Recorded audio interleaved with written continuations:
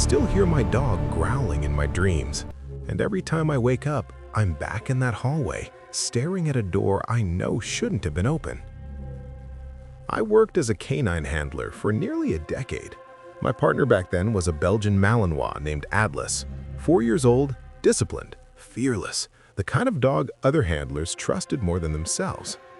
Atlas had tracked armed suspects through forests at night, cleared abandoned factories, and walked calmly into situations that made seasoned officers hesitate. He never refused a command. Until that house. The call came in just after midnight. Patrol units had chased a burglary suspect through a suburban neighborhood and lost him near a quiet cul-de-sac. A backyard gate stood open, and the rear door of one house was unlocked. Neighbors reported shouting, then silence. When Atlas and I arrived, officers had already cleared the first floor but felt uneasy calling it secure. Nothing looked disturbed, yet nobody could explain where the suspect went.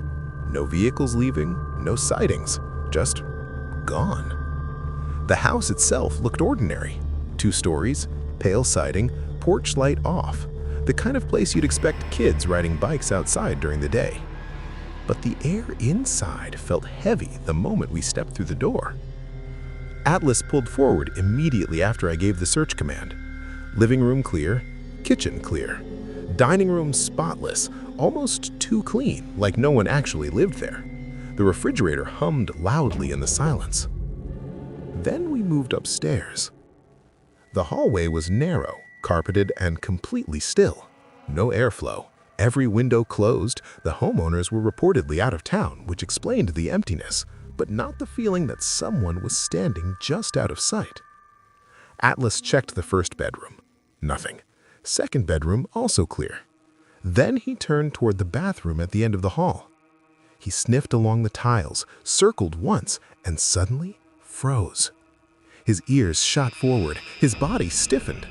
A low growl vibrated through his chest, not aggressive, but warning, the kind he used when something felt wrong. He wasn't looking inside the bathroom. He was staring into the hallway, behind me.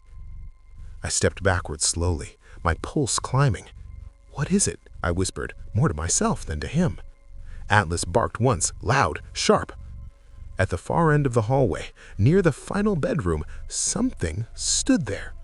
A silhouette. Tall, motionless, dark enough that I couldn't make out details, just the shape of a person facing us. Every officer on scene was downstairs. I identified myself loudly, announced canine presence. No response. The figure didn't move. Atlas began pulling backward, resisting the leash. I had never felt him retreat before. He wanted distance urgently. Then the figure turned slowly and walked into the last bedroom. Not ran, not hurried, just walked. I radioed that I had visual contact with a possible suspect upstairs and requested units immediately. Atlas resisted every step as I moved forward. He kept glancing at me like he didn't understand why I was forcing him closer. When we reached the doorway, he planted his paws and refused to cross. I entered alone. The room was empty, completely empty. Bed against the wall, dresser opposite, closet open, nothing inside. Window closed and locked, no attic-catch, no crawl space. Backup arrived seconds later. We searched everything, walls, vents, underflooring panels, nothing. Atlas stayed in the hallway whining softly. He would not enter that room no matter who tried guiding him. And that wasn't the worst part. As we prepared to leave, Atlas kept staring into the room, ears pinned back. I followed his gaze one last time. The closet door, which we had left fully open, was now halfway closed. No one had touched it. We cleared the room again, still nothing. Outside, Atlas finally relaxed, but he avoided eye contact with the house entirely. He curled into his crate without the usual excitement after a successful search. Atlas never reacted like that again. I trust that dog more than my own instincts. Whatever stood in that hallway, he believed it was real. And sometimes, late at night, I wonder if we interrupted something that wasn't meant to be found. But that wasn't the only call that stayed with me. The next story happened years earlier, when I was still a rookie working overnight patrol in a small rural town. Night shift was mostly quiet. Traffic stops, noise complaints, the occasional drunk driver. Long stretches of darkness broken by radio chatter. Then, one stormy night changed everything. Around 2:25 a.m., dispatch received a frantic 911 call. A man claimed he was being held inside a house against his will. The call ended abruptly. When dispatch called back, no answer. I was closest. Backup was 10 minutes out. The address led me to a dead-end street where every streetlight had gone dark due to the storm.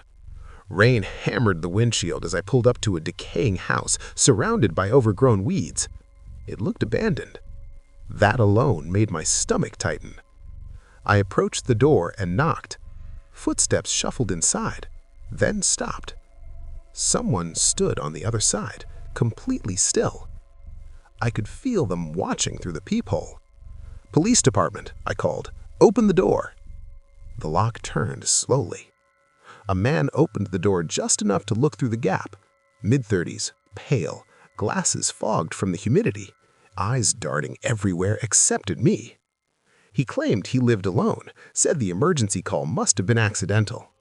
But behind him, a foul odor drifted out, rot mixed with damp fabric. I requested a telephonic warrant for my cruiser. Within minutes, authorization came through. When I returned, the man's hands were shaking. Inside, the house was filthy.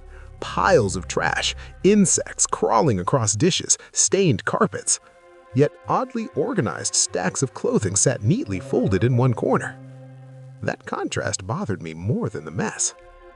In the hallway, my boot struck something plastic. A child's toy house. Bright pink, completely out of place. The man insisted nieces visited occasionally, but nothing about the environment suggested children were ever allowed there. I continued down the hall toward the closed basement door. The man suddenly grew anxious, talking rapidly, trying to redirect us upstairs.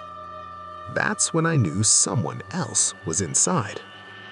I opened the basement door. Wooden stairs descended into total darkness. From below came a faint rattling sound. The man began apologizing repeatedly behind me. Each step down creaked loudly. My flashlight lean barely cut through the dark. Boxes lined the walls, forming narrow paths. The sound came from another door across the basement. I ordered whoever was inside to come out. Silence. I approached slowly, weapon raised, heart pounding louder. I could hear it echo. When I opened the door, I expected an attack. Instead, I found a man chained inside a small room. Thin, exhausted, terrified. He didn't move because he thought I might shoot him. He had been missing for nearly 2 years. Earlier that night, his captor accidentally left a phone behind. The victim used voice activation to call emergency services, the only chance he'd had to reach anyone. We arrested the homeowner immediately and rushed the victim to the hospital. Case closed, rescue successful. That should have been the end, but one detail never left me. Dispatch told me the caller's voice sounded like a young child. At first, we assumed voice distortion. Later, therapists explained something else.